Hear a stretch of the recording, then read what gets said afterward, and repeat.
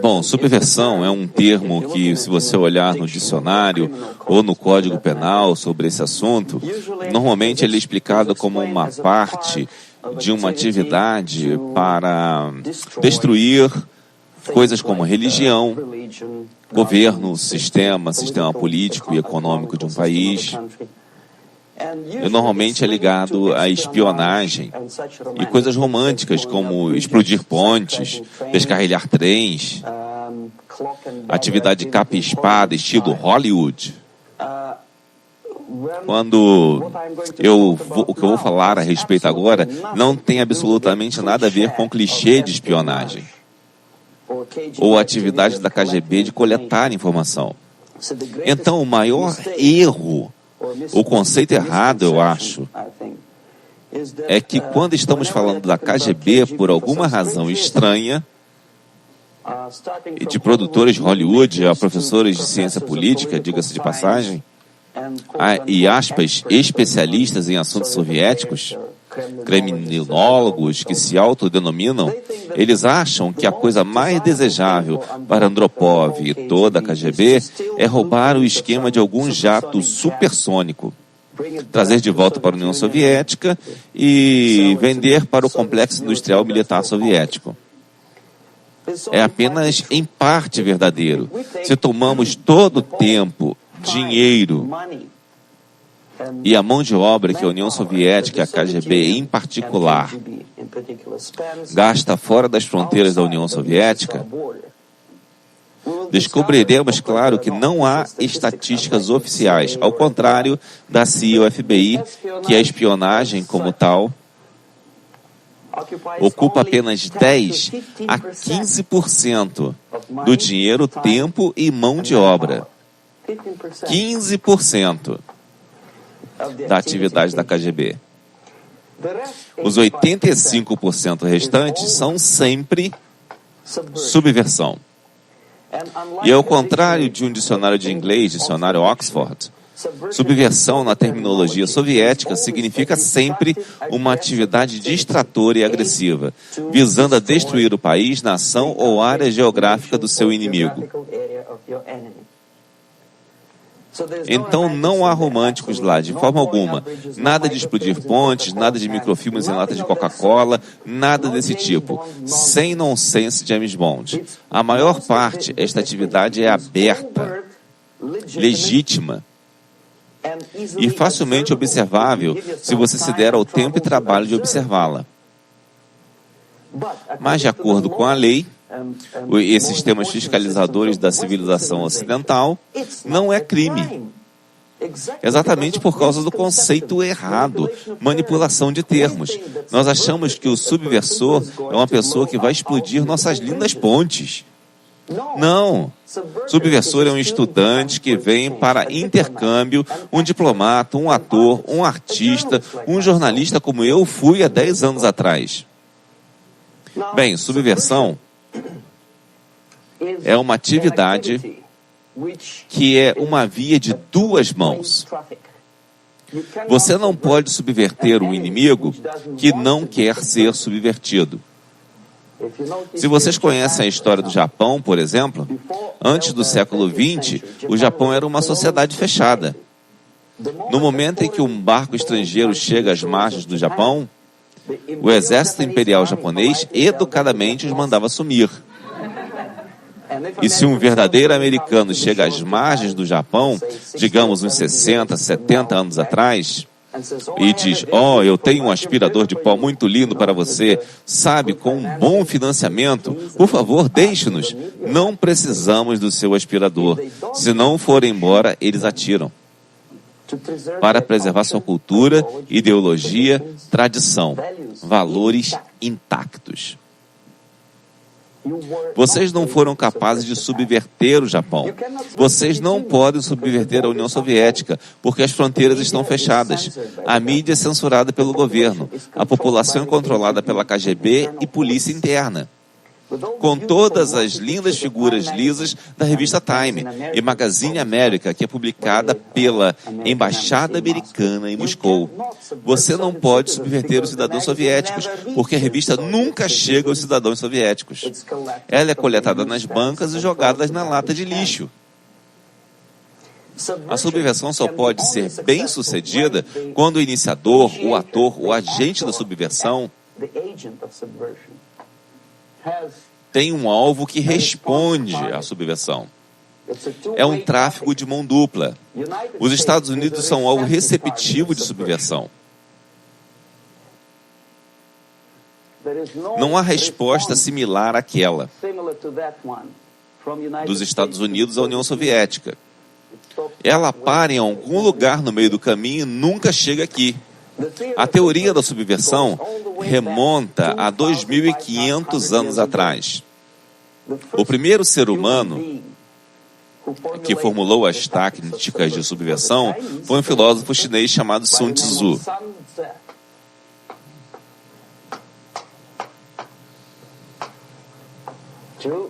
2.500 a.C. Para várias cortes imperiais da antiga China, e ele disse, após longa meditação, que para implementar política estatal de uma maneira belicosa, de verdade, é o mais contraprodutivo, bárbaro e ineficiente lutar num campo de batalha. Vocês sabem que a guerra é uma continuação da política estatal, certo? Então, se você quer implantar com sucesso a política estatal e começar a lutar, esta é a maneira mais idiota de fazer. A mais alta arte da guerra é não chegar a lutar, mas subverter qualquer coisa de valor no país do seu inimigo, até o momento em que a percepção da realidade do seu inimigo deteriora a ponto de ele não perceber você como um inimigo. E o que o seu sistema, e sua civilização e suas ambições parecem ao seu inimigo uma alternativa, se não desejável, então ao menos factível. Antes vermelho que ser morto. Esse é o propósito final. A etapa final da subversão, após a qual você pode simplesmente dominar seu inimigo sem disparar um tiro, é a subversão for bem sucedida. Isso é, basicamente, o que a subversão é. Como vocês podem ver, nenhuma menção a explodir pontes. Claro que Sun Tzu não sabia muito sobre explodir pontes. Talvez não houvesse tantas pontes naquela época. Mas o básico da subversão está sendo ensinado a todo aluno da escola da KGB na União Soviética e a oficiais de academias militares, e não sei se o mesmo autor está incluído na lista de leituras para oficiais americanos. Sem falar de estudantes comuns de ciência política, obviamente. Eu tenho dificuldade de achar a tradução de Sun Tzu na biblioteca universitária, em Toronto e depois aqui em Los Angeles, mas é um livro que não está disponível. Ele é forçado para todo estudante da União Soviética. Todo estudante que se pensa que lidará mais em sua carreira com estrangeiros é o que é subversão. Basicamente, consiste de 4 períodos. Temporalmente. Se começarmos aqui e formos nesse sentido no tempo, certo? Aqui é o ponto inicial. A primeira etapa da subversão é o processo chamado, basicamente, desmoralização. Fala por si só o que é.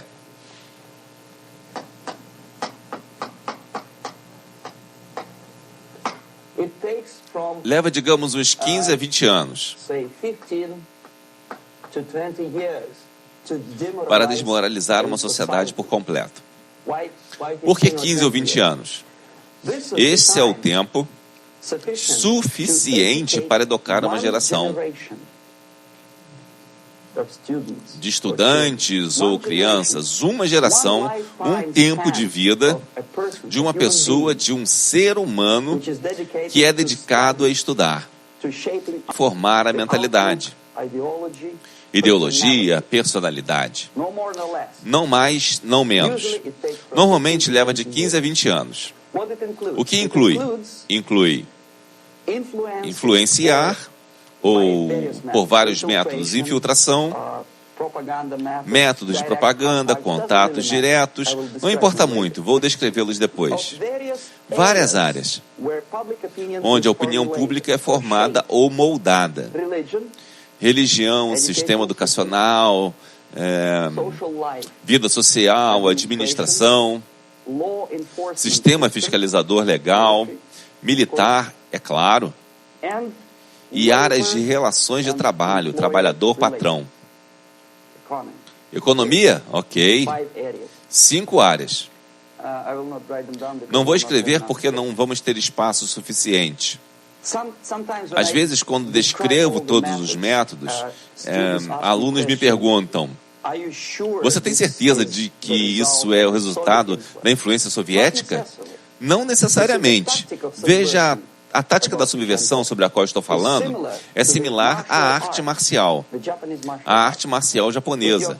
Se alguns de vocês estão familiarizados com essa tática, provavelmente vão lembrar que se o inimigo é maior, mais pesado que você, seria muito doloroso resistir a seu golpe direto. Se uma pessoa mais pesada quer me acertar no rosto, seria muito ingênuo e contraprodutivo parar seu golpe. A arte chinesa e japonesa do judô nos diz que o que fazer? Primeiro, evitar o golpe, e então agarrar o punho e continuar seu movimento na direção em que estava antes, certo? Até que o inimigo bata na parede. Viu? Então, o que acontece aqui é o país-alvo, obviamente, faz algo errado. Se uma sociedade livre, democrática, há vários movimentos diferentes dentro da sociedade, há, obviamente, em toda a sociedade, pessoas que estão contra a sociedade. Podem ser criminosos comuns, em discordância com a política estatal, inimigos declarados, simples personalidades psicóticas que são contra tudo, certo? E, finalmente, para o pequeno grupo de agentes de uma nação estrangeira, comprados, subvertidos, recrutados, certo? No momento em que todos estes movimentos estiverem direcionados em uma direção, ok? Esta é a hora de agarrar este movimento e continuá-lo, até que o movimento force a sociedade inteira ao colapso, à crise. É isso aí. Então esta é exatamente a tática da arte marcial. Não paramos o inimigo, nós o ajudamos ele a ir na direção que nós queremos que eles vão, ok? Então, na etapa de desmoralização, obviamente, há tendências em cada sociedade, em cada país, que estão indo na direção oposta dos princípios e valores morais básicos. Tirar vantagem desses movimentos, faturar em cima deles até, é o maior propósito originador da subversão. Então nós temos religião, temos educação, temos vida social, temos estrutura de poder, temos relações de trabalho e sindicatos e, finalmente, lei e ordem. 1, 2, 3, 4, 5, 6, certo? Estas são as áreas de aplicação da subversão. O que significa exatamente? No caso da religião, destrua, ridicularize-a, substitua por várias seitas, cultos, que leva a atenção das pessoas, a fé, seja ela ingênua, primitiva, não importa muito, desde que o dogma religioso basicamente aceito seja erodido devagar e levado para longe do propósito supremo da religião, manter as pessoas em contato com o Ser Supremo. Isso serve ao propósito. Logo, substitua as organizações religiosas aceitas, respeitadas, por organizações fajutas. Distrai a atenção das pessoas da fé real e atrai-as a várias fés diferentes. Educação. Distraia-os de aprender algo que seja construtivo, pragmático, eficiente. Ao invés de matemática, física, línguas estrangeiras, química, ensine-os a história do conflito urbano, comida natural, economia doméstica, sua sexualidade, qualquer coisa, desde que te afaste, ok? Vida social. Substitua as instituições e organizações tradicionalmente estabelecidas por instituições fajutas. Tire a iniciativa das pessoas. Tire a responsabilidade das ligações naturalmente estabelecidas entre indivíduos, grupos de indivíduos e substitua-as por órgãos artificialmente e burocraticamente controlados. Ao invés da vida social e amizade entre vizinhos, estabeleça instituições de assistentes sociais. Pessoas que estão na folha de pagamento de quem? Sociedade? Não. Burocracia.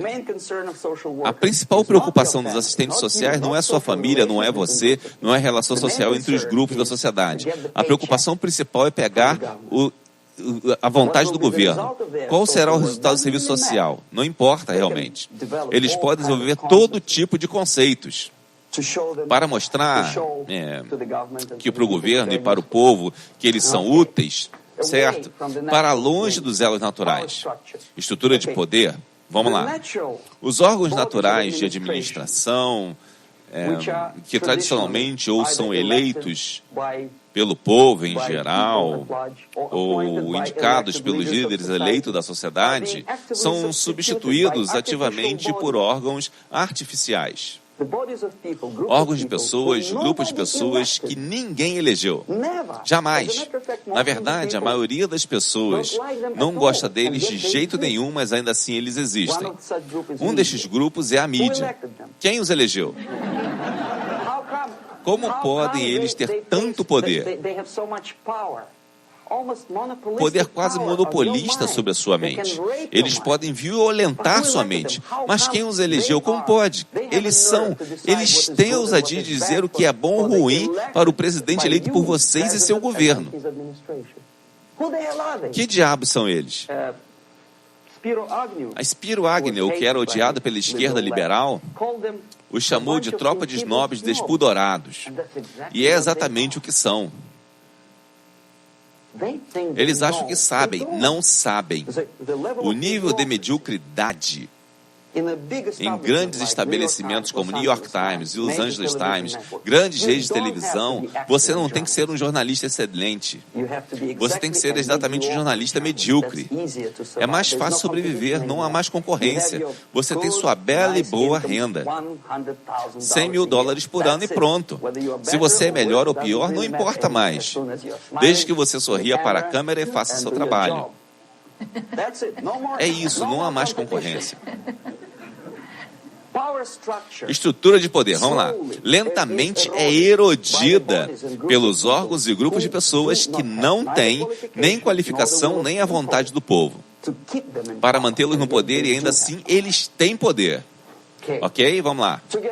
Junto com isso, há outro processo. Fiscalização, lei e ordem. A organização está sendo erodida. Nos últimos 20, 25 anos, se você vir os filmes antigos, os filmes novos, você verá que nos filmes novos, um policial, um oficial do exército americano, parece burro, raivoso, psicótico, paranoico. E o criminoso parece legal, tipo, bem, ele fuma maconha e injeta droga qualquer, mas basicamente é um ser humano bonzinho. Ele é criativo. E ele é improdutivo só porque a sociedade o oprime. Enquanto o general do Pentágono é sempre, por definição, um burro, um maníaco, um guerreiro. O policial é um porco. O policial rude, ele abusa do poder. Sabe, uma generalidade, uma generalização como esta, o ódio, a desconfiança para com as pessoas que devem te proteger, e cumpriu a lei e a ordem, relativismo moral. O processo Ângelo Buono durou 2 anos em Los Angeles. O processo do Ângelo Buono durou 2 anos em Los Angeles. E ainda assim, há alguns advogados que dizem, ok, ele é um bom sujeito, na verdade. Houve testemunhas que disseram, também criminosos, disseram, ora, ele é um cara legal. Um dia eu pedi para ele queimar a casa do meu inimigo e ele não quis. Sujeito legal, erosão. Uma substituição lenta dos princípios morais básicos, onde um criminoso não é bem um criminoso. Ele é um réu. Mesmo que sua culpa esteja provada, há ainda uma dúvida. Matar ou não matar, ser ou não ser. Não matarás, sim. Mas esta fala não pode não ser necessariamente aplicável a um assassino. Não assassinarás, essa deveria ser a premissa. E não matarás. Ok, relações trabalhistas. Nessa etapa, dentro de 15 a 20 anos, nós destruímos os elos tradicionalmente estabelecidos de negociação entre patrão e empregado. A clássica teoria marxista-leninista de troca natural de bens, uma pessoa A tem 5 sacas de cereais, uma pessoa B tem 5 pares de sapatos. E a troca natural sem dinheiro é quando eles negociam entre si. Aí apenas com a introdução da terceira pessoa C, um completo terceiro alienígena estranho que diz, não dê a ele as 5 sacas de cereal, dê-as a mim, e você me deu seus 5 pares de sapato, e eu distribuirei de acordo. Então a economia irá... esta é a morte da troca natural. Bem, os sindicatos foram estabelecidos há 100 anos atrás. O objetivo era melhorar as condições de trabalho e proteger os direitos dos trabalhadores, daqueles patrões que estavam abusando de seu direito porque tinham mais dinheiro.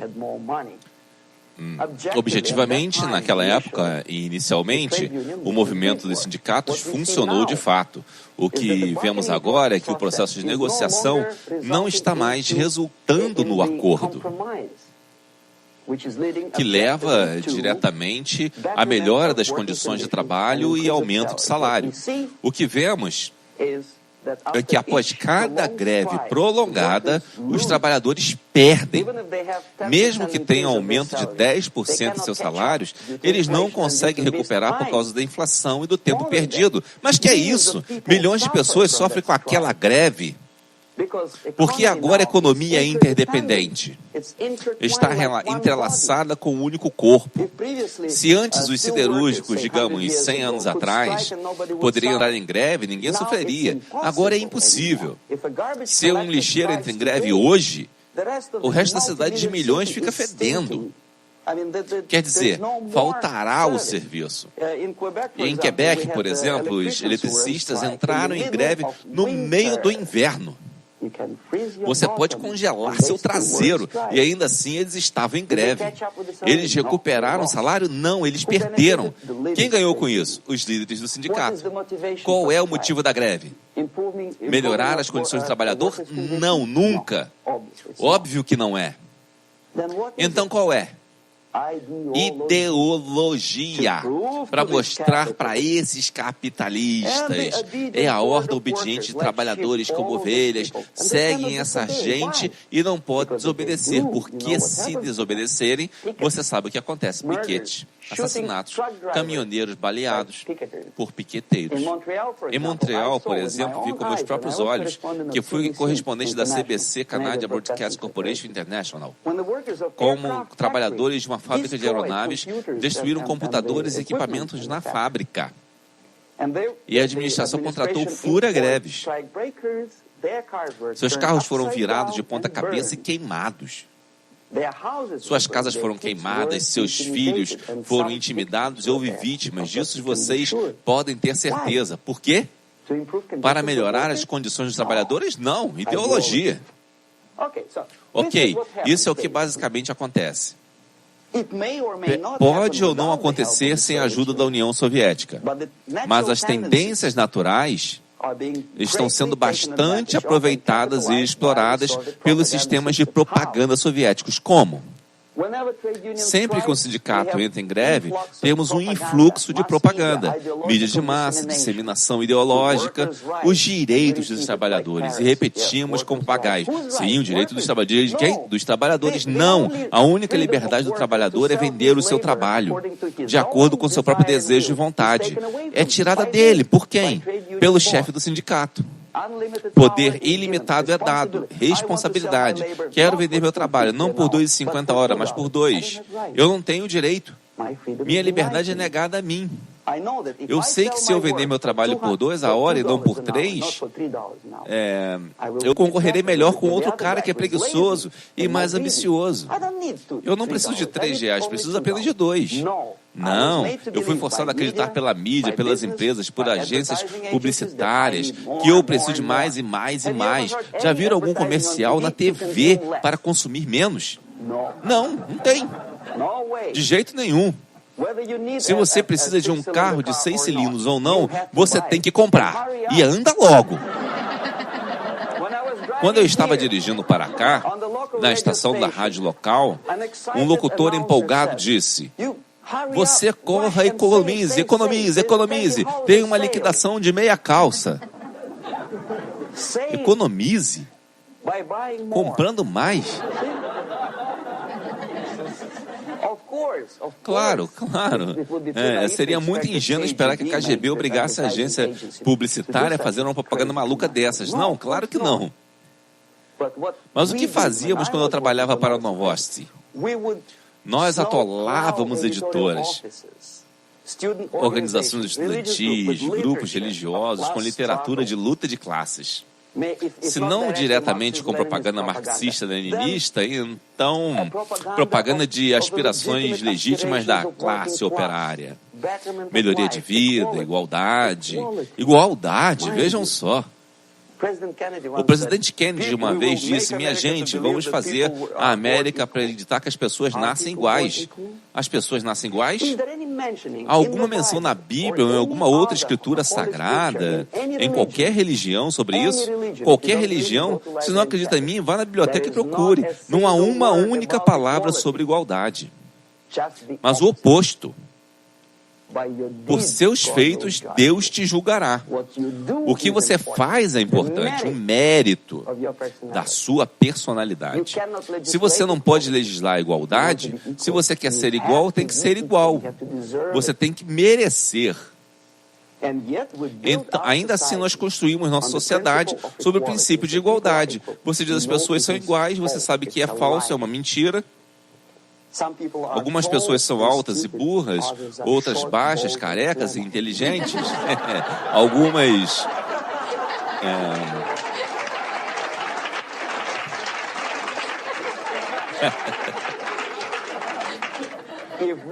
Se nós as fazemos...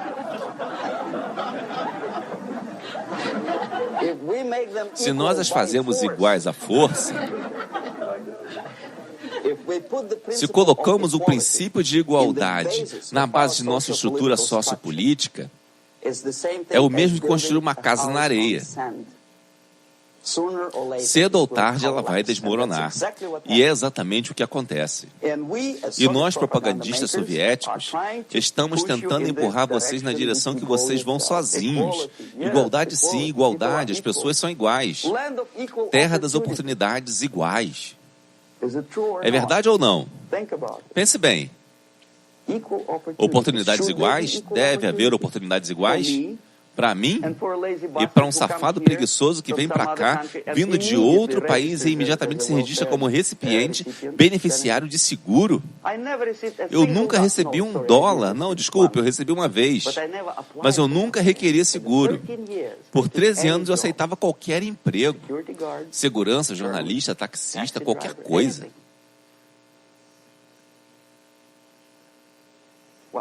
Bom, eu fui muito ativo, mas algumas pessoas não gostam. Elas imediatamente, então, por que deveríamos ter oportunidades iguais? Por quê?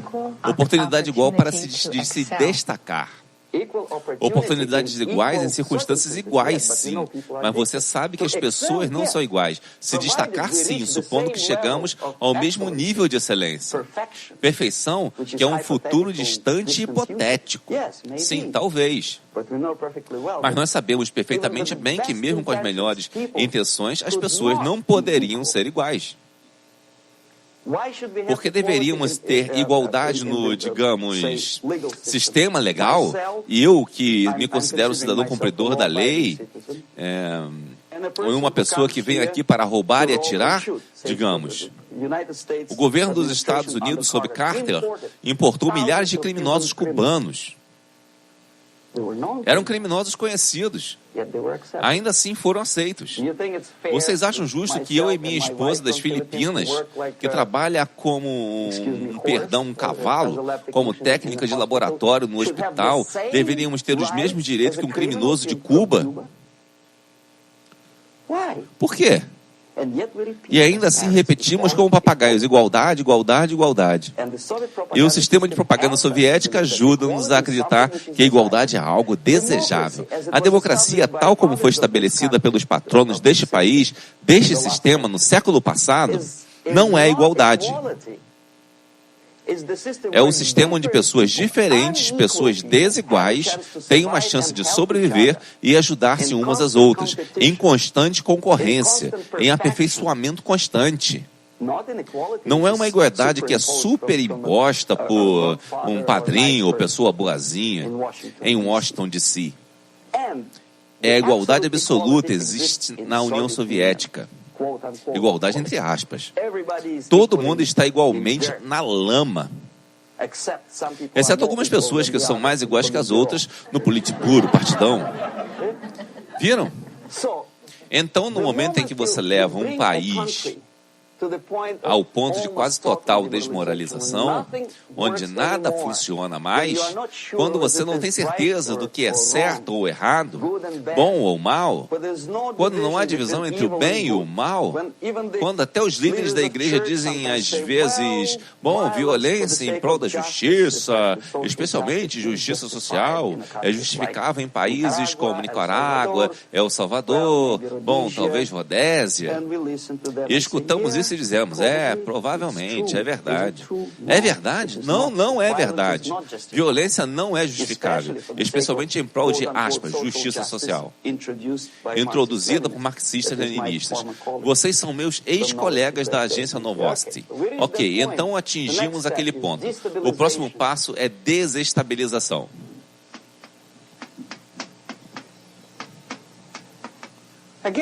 De novo, fala por si só o que é. Desestabilizar todas as relações, todas as instituições e organizações aceitas no país do seu inimigo. Como você faz? Você não tem que mandar um batalhão de agentes da KGB para explodir ponte, não. Você os deixa fazerem sozinhos. A área de aplicação é agora mais estreita agora. Não é como no caso anterior, as ações abertas, legítimas, da KGB neste caso. Mal seriam perceptíveis. Não há crime sem um professor que recentemente veio da União Soviética e introduziu um curso de marxismo-leninismo na Universidade Californiana, por exemplo. Ninguém vai chegar na porta dele e dizer, ok, senhor, venha. Você está preso. Não, não é crime. Não é sequer considerado um crime moral contra o seu país. Então a área de aplicação aqui está se estreitando para a economia. Novamente, relações trabalhistas, certo? Para lei e ordem. E militares. E, vamos lá, economia, lei e ordem, novamente a mídia, mas um pouco diferente. Vou explicar depois. Ok, 3 áreas basicamente. Economia, a radicalização do processo de negociação. Se naquela etapa nós ainda poderíamos atingir, teoricamente, algum acordo positivo entre as partes negociantes, digamos assim, como digamos, introdução arbitrária de juízes de terceira parte, objetivamente julgando as exigências de ambos os lados, aqui é radicalização. Na etapa da desestabilização, não chegamos a um acordo nem dentro de uma família. O marido e mulher não poderiam descobrir o que é melhor.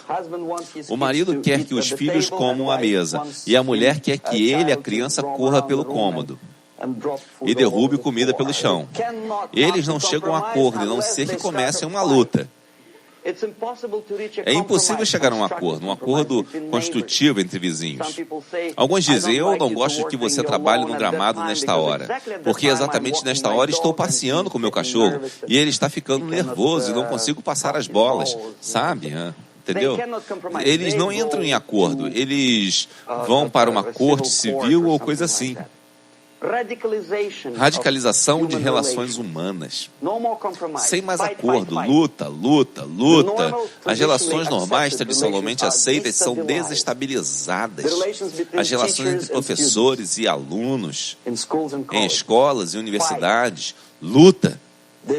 As relações na esfera econômica, entre empregado e patrão, são mais radicalizadas. Não mais aceitação da legitimidade das exigências dos trabalhadores. Não como os japoneses com a teoria Z, se vocês já ouviram falar, onde os trabalhadores estão envolvidos no processo de decisão. Então eles não têm incentivo moral para lutar contra seus patrões. Nos Estados Unidos é justamente o oposto. Quanto mais difícil a luta, melhor. Mais heróicos eles parecem.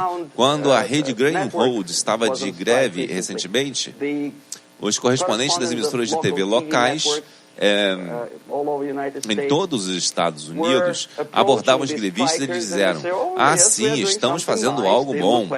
E eles pareciam heróis e tinham um público, havia uma família, o marido era motorista de ônibus, e então eles tinham decidido em protesto contra os patrões, acamparem em algum lugar da floresta. Eles foram apresentados à audiência como uma gente heróica e boazinha.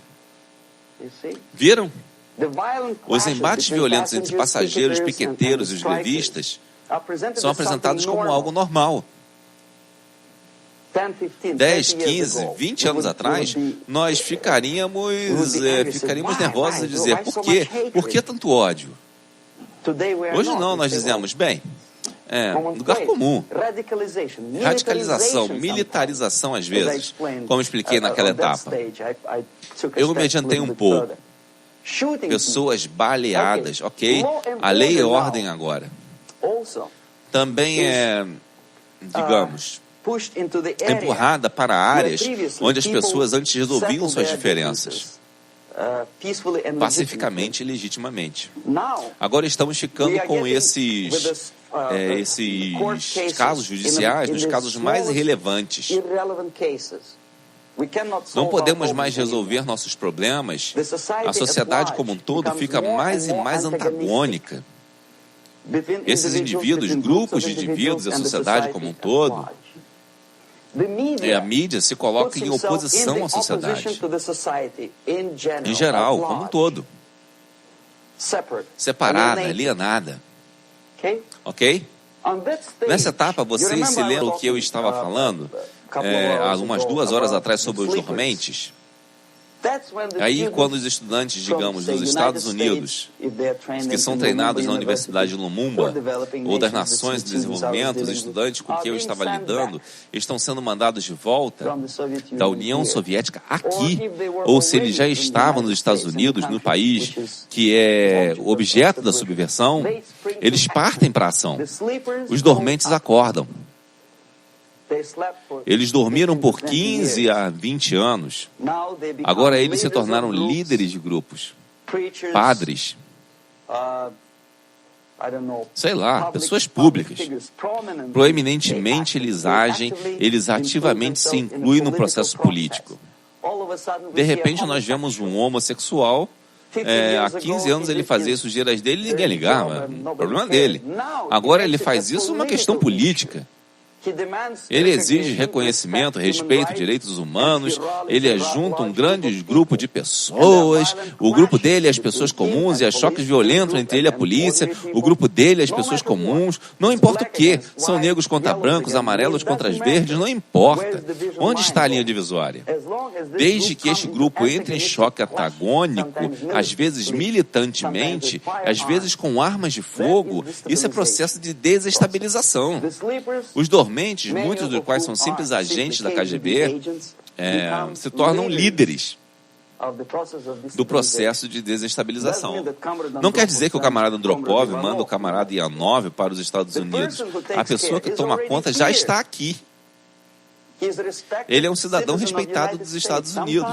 Às vezes ele recebe dinheiro de várias fundações para a sua luta legítima em prol de, sei lá, direitos humanos, direitos das mulheres, Kiev Lib, Prison Lib, seja o que for. Há americanos simpatizantes que doam seu direito a ele. E o processo de desestabilização normalmente leva diretamente ao processo de crise. No caso de nações em desenvolvimento, esta era a área em que eu era ativo. O processo começa, como no Brasil, quando os órgãos legítimos de poder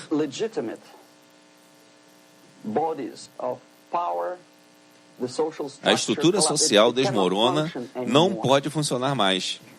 Então nós temos órgãos artificiais injetados na sociedade, tais como comitês não eleitos, ou vocês se lembram de que eu estava falando deles ali, assistentes sociais que não são eleitos pelo povo, mídia que são os senhores auto-investidos da sua opinião, alguns grupos estranhos também, que alegam que eles sabem como guiar a sociedade para frente. Em geral, não sabem. Tudo o que eles querem saber é como coletar doações, promover, vender sua própria ideologia misturada, misto de religião e ideologia. Aqui temos todos esses órgãos artificiais exigindo poder. Só o poder é negado a eles, eles o tomam a forças. No caso do Irã, por exemplo, de repente tínhamos comitês revolucionários. Que tipo de revolução? Não havia revolução ainda, e ainda assim não tinham os comitês. Eles tomavam o poder de julgamento, eles tinham o poder de execução, eles tinham o poder de legislação, tinham o poder judiciário. Todos combinados em uma só pessoa, que é um intelectual de miolo mole, às vezes formado em Harvard ou Berkeley. Ele volta para seu país e acha que sabe a solução para todos os problemas sociais e econômicos. Ok, a crise é quando a sociedade não pode mais funcionar produtivamente, ela desmorona, obviamente. Essa é a palavra para a crise. Portanto, a população como um todo está procurando um salvador. Os grupos religiosos estão esperando o Messias vir. Os trabalhadores dizem, nós temos família para alimentar. Vamos ter um governo forte, talvez um governo socialista, centralizado, onde alguém coloque os patrões em seus lugares e nos deixe trabalhar. Estamos cansados de greve, perder hora extra e todas essas coisas. Precisamos de um homem forte, governo forte. Um líder, um salvador é necessário. A população já está irritada e cansada. E cá está, nós temos um salvador. Ou uma nação estrangeira vem, ou um grupo local de esquerdistas marxistas, não importa, de que eles sejam sandinistas, sei lá, reverendo ou algum tipo, bispo Muzorewa, ou bispo como no Zimbábue, não importa. Um salvador vem e diz, eu guiarei vocês. Então nós temos duas alternativas aqui. Guerra civil e invasão.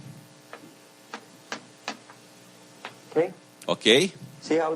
Viram como funciona? Guerra civil nós sabemos o que é. Líbano é o melhor exemplo.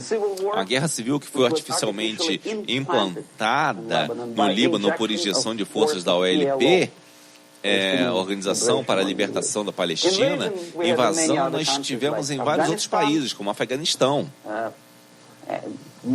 Qualquer falha do país leste europeu foi invadido pelo exército soviético. Mas o resultado é o mesmo. A próxima etapa é normalização. Normalização é uma palavra muito irônica, é claro.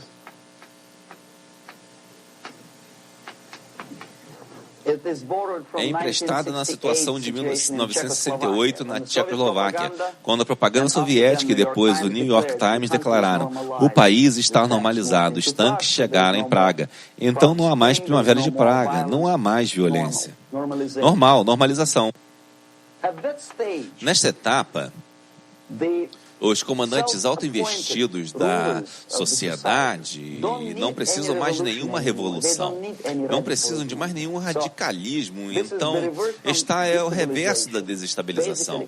Basicamente, é estabilizar o país, a força, na marra. Então, todos os dormentes e ativistas, e assistentes sociais, e liberais, e homossexuais, e professores, e marxistas, e leninistas, são eliminados.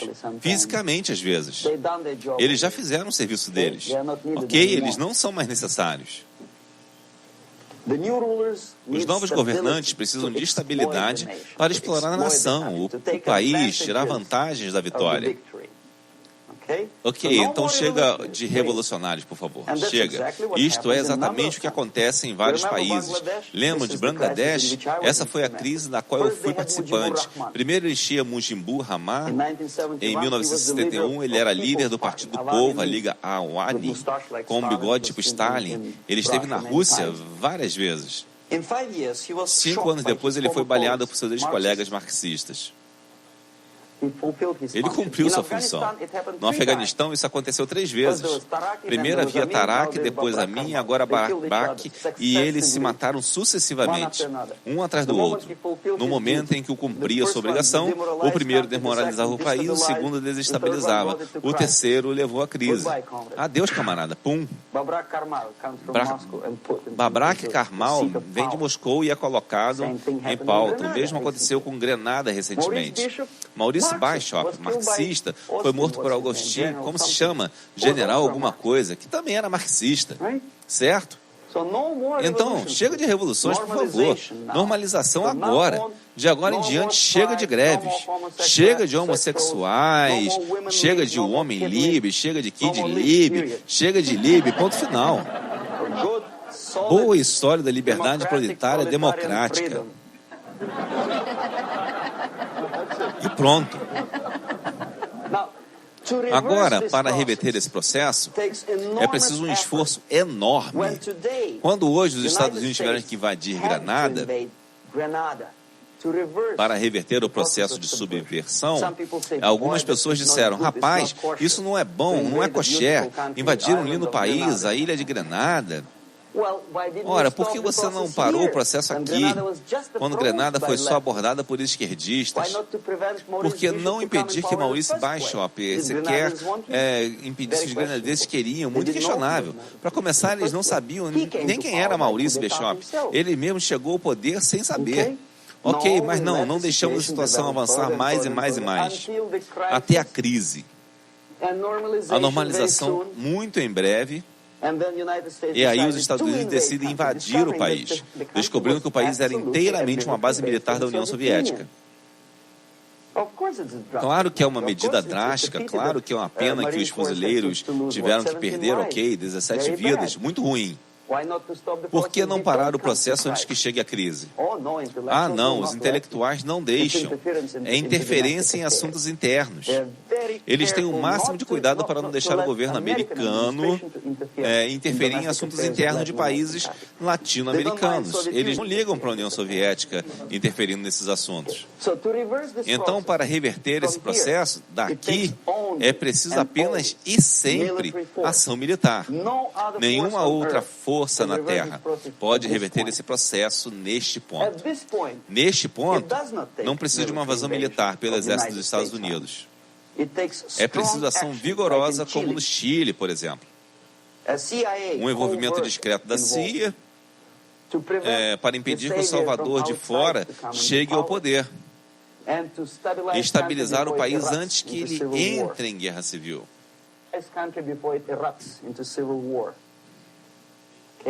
Ok, apoiar as forças conservadoras de direita, através de dinheiro, bandidos ou lei, não importa. Estabilize o país, não deixe a crise evoluir para a guerra civil ou invasão. Oh, não, seus liberais vão dizer, é contra a lei. O Congresso não alocará dinheiro para ações secretas da CIA. Por que não? Podemos esperar até vir a normalização e os tanques soviéticos aterrissem no aeroporto de Los Angeles? Agora, neste ponto da desestabilização, também o processo poderia ser revertido. E, de novo, mais fácil que neste. Nada de envolvimento da CIA neste ponto. Sabe o que é e preciso aqui? Restrição de algumas liberdades para grupos pequenos, que são inimigos autodeclarados da sociedade. É simples assim. Oh, não, dirão os liberais na mídia. Isso é contra a Constituição americana. Como podemos? Negar a força os direitos civis a criminosos, por exemplo. Não é bom, ok. Então nós permitimos que eles, ok, se você permite que os criminosos tenham direitos civis, vai em frente e leve o país à crise. Desse jeito não há derramamento de sangue. Limite os direitos. Digo, não colocá-los na cadeia. Não estou falando disso, colocar todos os gays de São Francisco num campo de concentração. Não é isso. Não permitas que eles consigam poder político. Não os eleja a posições de poder, seja o nível municipal, estadual ou federal, como Jean Willis. Tem que ser enfiado na cabeça de eleitores americanos e brasileiros de que uma pessoa como esta, nas posições de poder, é um inimigo. Não temam esta palavra, é um inimigo. Se não for um inimigo aqui, será aqui. Mais adiante ele será fuzilado, é claro. Mas neste ponto ele é um inimigo. Ok? Vocês estarão prestando um grande serviço negando-lhe o direito de faturar em cima de suas próprias ideias malucas e se tornar um homem poderoso. Um homem que usa sua posição de poder, restrição de certas liberdades e permissividade naquele ponto impediria deslizar para a crise e provavelmente voltaria o processo de desestabilização. Restringir o poder ilimitado, o poder monopolista dos sindicatos nesse ponto, salvaria a economia do colapso. Introduzir uma lei para impedir empresas privadas de violar a mente da opinião pública na direção do consumismo, por exemplo, e nenhuma empresa deve ter o direito de forçar você a comprar mais, a não ser que você queira, óbvio. Tem que haver uma lei. Quer anunciar seu carro? Beleza, ok. Mas nenhuma menção a comprar lá agora e economizar dinheiro. Tem que ser contra a lei forçar as pessoas a consumir mais. Autorrestrição.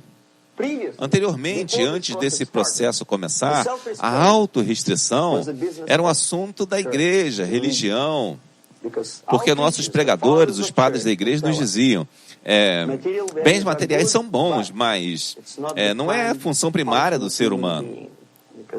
Porque você tem que viver com algo. Obviamente, o desígnio da nossa vida não é consumir mais desodorantes.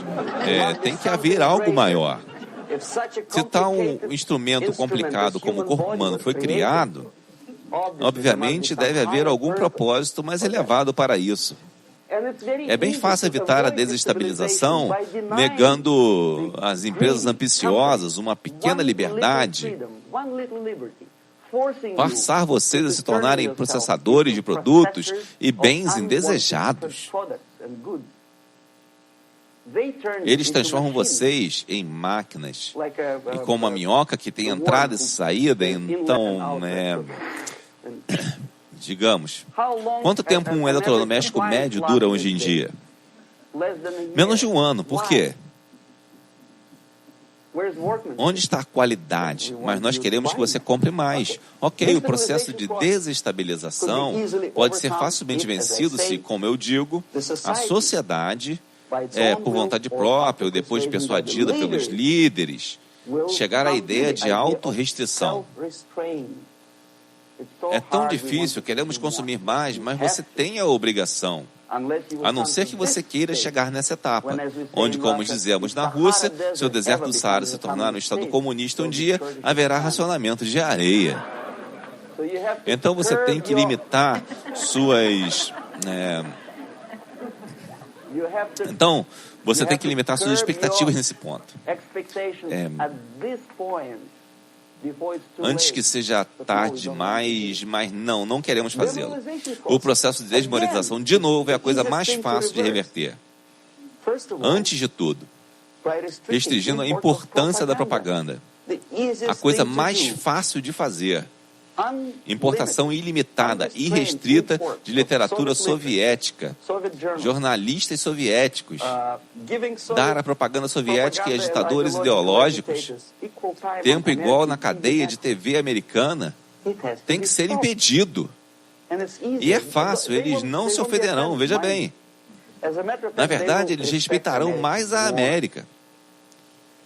Mas quando seu ex-colega Vladimir Posner aparece na Nightline e Ted Koppel pergunta: bom, Vladimir, o que você pensa disso? O que ele pode pensar? Ele é um instrumento de propaganda. Ele pensa o que o camarada Andropov manda ele pensar.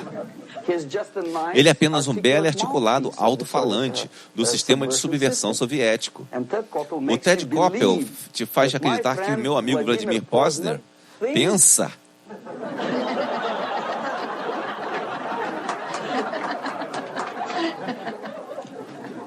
O processo de desmoralização pode não ter começado de forma alguma se neste ponto aqui, o país é um recipiente de subversão. Ativamente, não violentamente, mas ativamente, impede a importação de ideologia estrangeira. Eu não quero que a América siga o modelo do Japão antigo. Também você não tem que atirar em todo estrangeiro que se aproxime às fronteiras sagradas dos Estados Unidos. Mas quando ele te oferece um bagulho disfarçado de algo bem lustroso, você deve dizer a ele: não, nós temos nosso próprio bagulho.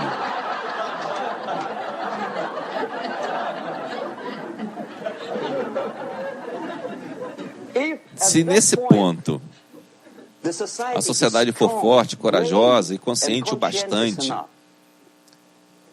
para parar a importação de ideias que são estranhas, então toda a cadeia de eventos pode ser evitada. Estive recentemente nas Filipinas e fiquei chocado.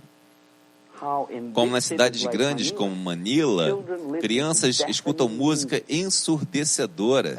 É uma nação melodiosa com uma longa tradição de bela e boa música étnica, introduzida pelos espanhóis há muito tempo, talvez uns 2, 3 séculos atrás, não lembro.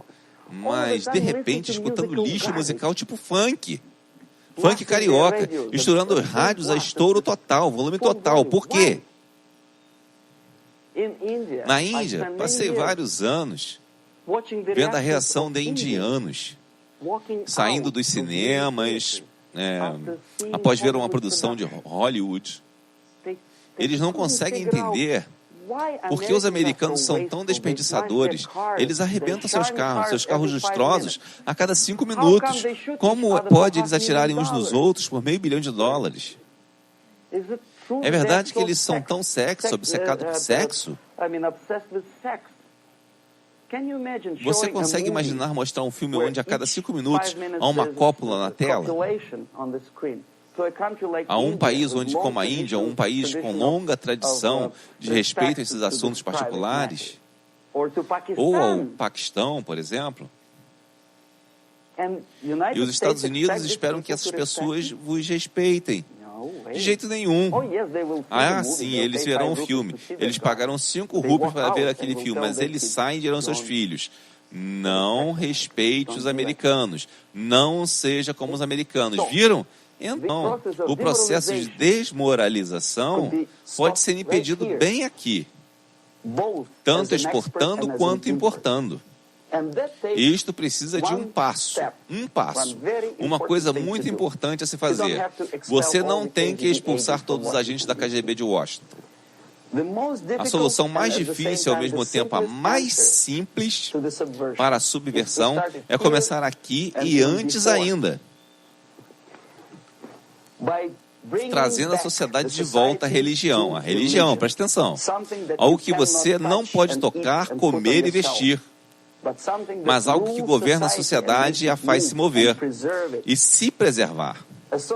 Um cientista soviético, Shafarevich, que não tem nada a ver com... Ele é um cientista de computação, fez um estudo muito intenso na história dos países socialistas. Ele chamava socialista ou comunista a qualquer país com uma ideia, uma estrutura de poder piramidal.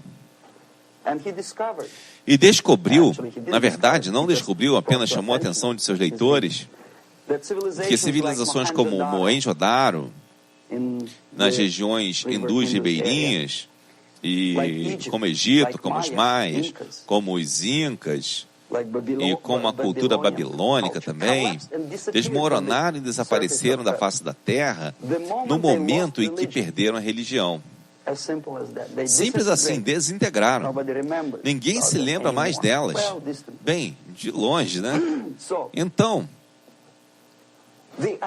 as ideias estão movimentando a sociedade e mantendo a humanidade como uma sociedade de seres humanos, agentes inteligentes e morais de Deus. Os fatos, a verdade, o conhecimento exato, talvez não. Toda a tecnologia sofisticada e computadores impedirão a sociedade de desintegrar e eventualmente sumir. Você já conheceu alguma pessoa que sacrificaria sua vida, liberdade, por uma verdade como esta?